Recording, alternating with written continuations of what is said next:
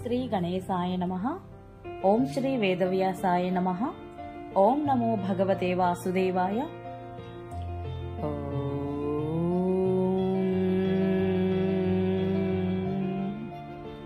శుక్లాంబరధరం విష్ణుం శశివర్ణం చతుర్భుజం ప్రసన్నవదనం ధ్యాయేత్ సర్వవిఘ్నోపశాంతయే. నారాయణం నమస్కృత్య నరం చైవ నరోత్తమం దేవీం సరస్వతిం వ్యాసం తతో జయముధీరయేత్.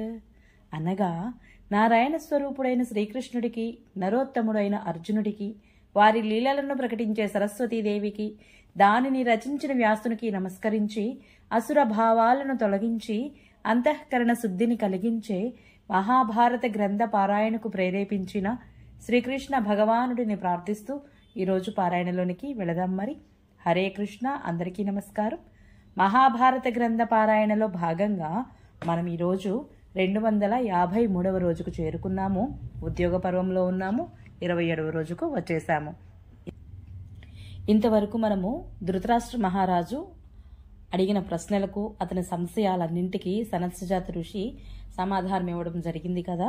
ఇక ఈరోజు మనము సంజయుడు కౌరవ సభలో దుర్యోధనుడుకు అర్జునుడి యొక్క సందేశమును వినిపించుడి గురించి తెలుసుకుందాము. చాలా అద్భుతంగా ఉంటుంది. చివరి వరకు స్కిప్ చేయకుండా చూడండి. హరే కృష్ణ. వైశంపాయనుడు చెబుతున్నాడు, రాజా, ఈ రీతిగా భగవంతుడైన సనత్సుజాతునితో, బుద్ధిమంతుడైన విదురునితో సంభాషిస్తున్న ధృతరాష్ట్రుడికి ఆ రాత్రంతా గడిచిపోయింది. ఇక తెల్లవారగానే దేశ దేశాంతరాల నుండి వచ్చిన రాజులందరూ భీష్మ, ద్రోణ, కృప, శల్య, కృతవర్మలు, జయద్రథుడు, అశ్వత్థామ, వికర్ణుడు, సోమదత్తుడు, బాహ్లికుడు, విదురుడు, ఈయుత్సుడు, ధృతరాష్ట్రునితో పాటుగాను దుశ్శాసనుడు, చిత్రసేనుడు, శకుని, దుర్ముఖుడు, దుస్సహుడు, కర్ణుడు, ఉలూకుడు, వివిసంతి, కురురాజైన దుర్యోధనుడితో పాటు సభలో ప్రవేశించారు. అందరూ సంజయుడి నోట పాండవుల యొక్క ధర్మార్థయుక్తములైన మాటలను వినడానికి ఉత్సుకులై ఉన్నారు. సభలోకి వచ్చి వారందరూ తమ తమ గౌరవాలకు తగినట్లుగా ఆసనాలపై కూర్చున్నారు. ఇంతలోకే ద్వారపాలకుడు సంజయుడు సభాద్వారం వద్దకు వచ్చాడని తెలియజేశాడు. సంజయుడు శీఘ్రంగా రథం దిగి సభలోనికి వచ్చి, కౌరవులారా, నేను పాండవుల వద్ద నుండి వస్తున్నాను. వారు నా వయసును బట్టి కౌరవుల అందరికీ యథాయోగ్యంగా చెప్పారు అని మొదలుపెట్టాడు. ధృతరాష్ట్రుడప్పుడు, సంజయ, నాకిది చెప్పు. దుష్టులకు ప్రాణదండను విధించే అర్జునుడు అక్కడ రాజులందరి మధ్య ఏమన్నాడు అని అడిగాడు. సంజయుడు ఈ విధంగా చెప్పసాగాడు, రాజా, అక్కడ శ్రీకృష్ణుడి ఎదురుగా మహారాజు యుధిష్ఠిరుని అనుమతితో మహాత్ముడైన అర్జునుడు చెప్పిన మాటలను కురురాజు దుర్యోధనుడు వినుగాక. అర్జునుడు మృత్యుముఖంలోకి వెళుతున్న మందబుద్ధి మహామూఢుడు అయిన సోతపుత్రుడు ఎప్పుడూ నాతో యుద్ధం చేసేందుకు ప్రగల్భాలాడుతూ ఉంటాడు కదా. ఆ కటుభాషి దురాత్ముడు అయిన కర్ణుడు వింటుండగా, పాండవులతో యుద్ధం చేయడానికి పిలువబడిన రాజలోకమంతా వింటుండగా, మంత్రి సహితుడైన దుర్యోధనుడు పూర్తిగా వినగలిగేలా నా ఈ సందేశాన్ని చెప్పవలసింది అని అన్నాడు. గాంధీవాన్ని ధరించిన అర్జునుడు యుద్ధానికి ఉత్సుకుడై ఉన్నట్లుగా తెలుస్తోంది. అతడు కళ్ళెర్ర చేసి, దుర్యోధనుడు యుధిష్ఠిర మహారాజు యొక్క రాజ్యాన్ని విడిచిపెట్టడానికి సిద్ధపడకపోతే ధృతరాష్ట్రపుత్రులు తప్పకుండా అటువంటి ఏ పాపకృత్యానికైనా ఫలితం అనుభవించడమే తరువాయిగా ఉంటుంది. దుర్యోధనుడు కౌరవులకు భీష్మార్జున, నకుల, సహదేవులతో, శ్రీకృష్ణ సాత్యకి, దృష్టద్యుమ్నుడు, శిఖండులతో తన సంకల్ప మాత్రం చేతనే భూమి ఆకాశాలను భస్మం చేసి వేయగల మహారాజు యుధిష్ఠిరుడితోనూ యుద్ధమే కావాలని కోరుకుంటే సరే. అందువలన పాండవుల సమస్త మనోరథం పూర్తిగా నెరవేరుతుంది. పాండవుల హితం కోరి మీకు సంధి చేయవలసిన అవసరం లేదు. అయితే ఇక మనం యుద్ధం జరగని యుధిష్ఠిర మహారాజు నమ్రత, సరళత, తపస్సు, దమము, ధర్మరక్ష, బలము అనే అన్ని గుణాలు కలిగి ఉన్నాడు. ఆయన చాలా రోజులుగా అనేక రకాలైన కష్టాలు పడుతూ కూడా సత్యాన్నే మాట్లాడుతున్నారు. పైగా మీ యొక్క కపట వ్యవహారాలను సహిస్తూ వస్తున్నారు. కానీ ఎన్నో ఏళ్లుగా పోగు చేసి పెట్టుకున్న తన క్రోధాన్ని కౌరవులపై చూపినప్పుడు మాత్రం దుర్యోధనుడు పశ్చాత్తాపపడవలసి ఉంటుంది. రథస్థితుడై గదాధారి అయిన భీమసేనుడు చాలా వేగంగా క్రోధమనే విషాన్ని కక్కుతూ ఉండడం చూసిన దుర్యోధనుడికి యుద్ధం చేస్తున్నందుకు తప్పకుండా పశ్చాత్తాపం కలుగుతుంది. పూరిళ్లు ఉన్న గ్రామం అగ్నికి ఆహుతయి బూడిదిగా మారిపోయినట్లుగా కౌరవుల స్థితి చూసి పిడుగుపడి నశించిపోయిన పొలంలాగా తన విస్తారమైన సైన్యము నష్టభ్రష్టమైపోవడం చూసి భీమసేనుడిని శస్త్రాగ్నికి కమిలిపోయిన ఎంతో మంది నేలకు వరగడము, ఇంకెంతో మంది భయంతో పరుగులు తీయడం చూచి దుర్యోధనుడు యుద్ధం మొదలైనందుకు తప్పక పశ్చాత్తాపపడవలసి ఉంటుంది. విచిత్రంగా యుద్ధం చేసే వీరుడు నకులుడు యుద్ధ సమయంలో శత్రువుల శిరస్సులను కుప్పలుగా కూల్చినప్పుడు లజ్జాశీలుడు, సత్యవాది, సమస్త ధర్మాలను ఆచరించేవాడు, చురుకైనవాడు అయిన వీర సహదేవుడు శత్రు సంహారం చేస్తూ ఉంటే శకునిపై దాడి చేసినప్పుడు మహాధనుర్ధరులు, వీరులు, రథయుద్ధ విశారదులు అయిన ద్రౌపదీ పుత్రులు కౌరవుల మీద విరుచుక పడినప్పుడు దుర్యోధనుడు యుద్ధం ప్రారంభించినందుకు ఆవశ్యం చింతిస్తాడు.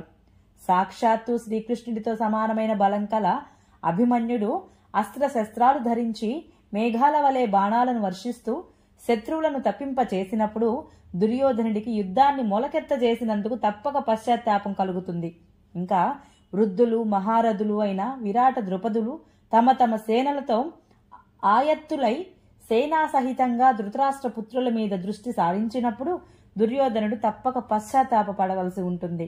కౌరవులలో అగ్రగణ్యుడు, సజ్జనులలో శ్రేష్ఠుడు, మహాత్ముడు అయిన భీష్ముడు శిఖండి చేతిలో మరణించినప్పుడు నేను నిజం చెబుతున్నాను, నా శత్రువులు తప్పించుకోలేరు. ఇందులో నీవు ఏమీ సందేహించనక్కర్లేదు.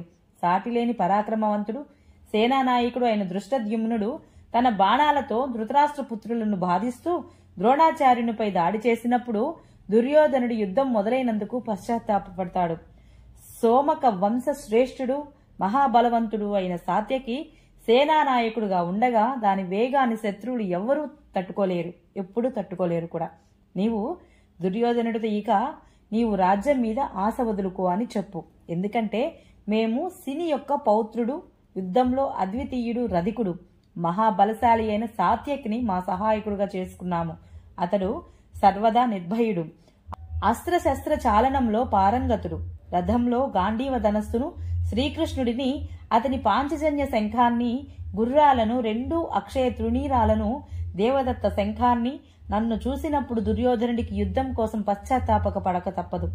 యుద్ధం కోసం ఒక చోటుకు చేరిన ఈ దోపిడీదారులను నాశనం చేసి నూతన యుగాన్ని ప్రవర్తింపజేయడానికి నేను అగ్నిదేవునిలా జ్వలిస్తూ కౌరవులను భస్మం చేసి వేస్తున్నప్పుడు కొడుకులతో పాటుగా ధృతరాష్ట్ర మహారాజు కూడా తీవ్రంగా బాధపడక తప్పదు. దుర్యోధనుడికి గర్వమంతా అణిగిపోతుంది. తన తమ్ముళ్ళు, సైన్యము, పరిచారకులు అందరితో పాటు రాజ్యభ్రష్టుడై ఆ మందమతి శత్రువుల చేతిలో దెబ్బతిని వణికిపోతాడు. అప్పుడు అతనికి గొప్ప పశ్చాత్తాపం కలుగుతుంది. నేను వజ్రధారి అయిన ఇంద్రుడిని, ఈ యుద్ధంలో శ్రీకృష్ణుడు నాకు సహాయపడాలని కోరుకున్నాను. ఒక రోజున ఉదయాన్నే నేను జపం చేసుకుని కూర్చున్నాక ఒక బ్రాహ్మణుడు నా వద్దకు వచ్చి, అర్జున, నీవు దుష్కరమైన కార్యం చేయాలి, శత్రువులతో యుద్ధం చేయవలసి ఉంటుంది. ఉచ్చైశ్రవమనే గుర్రాన్ని ఎక్కి వజ్రాయుధం ధరించిన ఇంద్రుడు నీ శత్రువులను నాశనం చేస్తూ ముందు నడవాలా, లేక సుగ్రీవాది గుర్రాలను పూంచిన దివ్య రథం మీద ఆసీనుడై శ్రీకృష్ణ భగవానుడు నిన్ను రక్షిస్తూ నీ వెనక రావాలా? నీవు ఏది కోరుకుంటావు అని అడిగాడు. అప్పుడు నేను వజ్రపాణి అయిన ఇంద్రుడిని వదిలి ఈ యుద్ధంలో సహాయకునిగా నా కృష్ణుడినే నేను కోరుకున్నాను. ఈ రీతిగా ఈ బందిపోట్లను వధించడానికి నాకు శ్రీకృష్ణుడు లభించాడు. ఇది దేవతలు చేసిన ఏర్పాటే అని తెలుస్తుంది. శ్రీకృష్ణుడు యుద్ధమే చేయనక్కర్లేదు. అతడు మనసులోనే ఎవరి విజయం గురించి అయినా అభినందిస్తే అతడు తన శత్రువులను వారు దేవతలైనా ఇంద్రుడైనా సరే తప్పక ఓడిస్తాడు. ఇక మనుషుల సంగతి చెప్పేదేముంది? ఈ శ్రీకృష్ణుడు ఆకాశంలో తిరిగే సౌభం అనే విమానానికి అధిపతి. మహాభయంకరుడు, మాయావి అయిన సాల్వరాజుతో యుద్ధం చేశాడు. సౌభద్వారం దగ్గర సాల్వుడు ఉంచిన శతఘ్నిని చేతులతో పట్టుకున్నాడు. ఆహా, ఈతని వేగాన్ని ఏ మానవుడు సహించగలుగుతాడు? నేను రాజ్యం పొందాలనే కోరికతో పితామహుడైన భీష్ముడికి, పుత్ర సహితుడైన ద్రోణాచార్యునికి, సాటిలేని వీరుడైన కృపాచార్యునికి నమస్కరించి వారితో యుద్ధం చేస్తాను. నా దృష్టిలో ఏ పాపాత్ముడు పాండవులతో యుద్ధం చేసినా ఆ యుద్ధంలో వారి మరణము ధర్మబద్ధంగా నిశ్చయితమైనట్లే. కౌరవులారా, నేను మీతో స్పష్టంగా చెబుతున్నాను. ధృతరాష్ట్రుడి పుత్రులు జీవించి ఉండదలుచుకుంటే యుద్ధానికి దూరంగా ఉంటేనే అది సంభవం అవుతుంది. యుద్ధం చేస్తే మాత్రం ఎవరూ మిగిలరు. ఇది మాత్రం నిశ్చయం. నేను రణరంగంలో కర్ణుడిని, ధృతరాష్ట్ర పుత్రులను సంహరించి కౌరవుల యొక్క సమస్త రాజ్యాన్ని జయించి తీరుతాను. అజాతశత్రువైన యుధిష్ఠిర మహారాజు శత్రు సంహారంలో మేము సఫలమవుతామని ఎలా భావిస్తున్నాడో అలాగే విధి తెలిసిన శ్రీకృష్ణుడికి కూడా ఇందులో ఏమాత్రం సందేహం లేదు. సావధానుడనై స్వయంగా నా బుద్ధితో ఆలోచించి చూస్తే నాకు యుద్ధం యొక్క భావి రూపం ఇలానే కనపడుతుంది. నా యోగ దృష్టి కూడా భవిష్య దర్శనంలో పొరపాటు పడదు. యుద్ధం జరిగితే ధృతరాష్ట్ర పుత్రులు బతకరని నాకు స్పష్టంగా గోచరిస్తుంది. గ్రీష్మ ఋతువులో అగ్ని విజృంభించి గహనారణ్యాలను దహించి వేసినట్లుగా నేను అస్త్ర విద్యలోని అనేక రీతులతో స్థూణాకర్ణ, పాశుపతాస్త్ర, బ్రహ్మాస్త్ర, ఇంద్రాస్త్రాది మహా అస్త్రాలను ప్రయోగించి ఒక్కనిని కూడా విడిచిపెట్టను. సంజయ, ఇది నా దృఢమైన ఉత్తమమైన నిశ్చయమని, ఇలా చేస్తేనే నాకు శాంతి కలుగుతుందని నీవు వారితో స్పష్టంగా చెప్పు. కాబట్టి వారు పెద్దలైన భీష్మ, కృప, ద్రోణ, అశ్వత్థామలు, బుద్ధిమంతులైన విదురుడు చెప్పినట్లుగా చేయాలి. అలా చేస్తేనే కౌరవులు జీవించి ఉంటారు అని అర్జునుడు చెప్పాడని సంజయుడు సభలో వినిపించడం జరుగుతుంది. ఓం నమో భగవతే వాసుదేవాయ. ఈరోజు పారాయణ ఇంతటితో సమాప్తం. రేపు మనము కర్ణ, భీష్మ, ద్రోణుల యొక్క అభిప్రాయము, సంజయుడు పాండవ పక్ష వీరులను వర్ణించుట గురించి తెలుసుకుందాము. ఈ వీడియో మీకు నచ్చినట్లయితే please subscribe my channel, like, share, comment please. Thank you.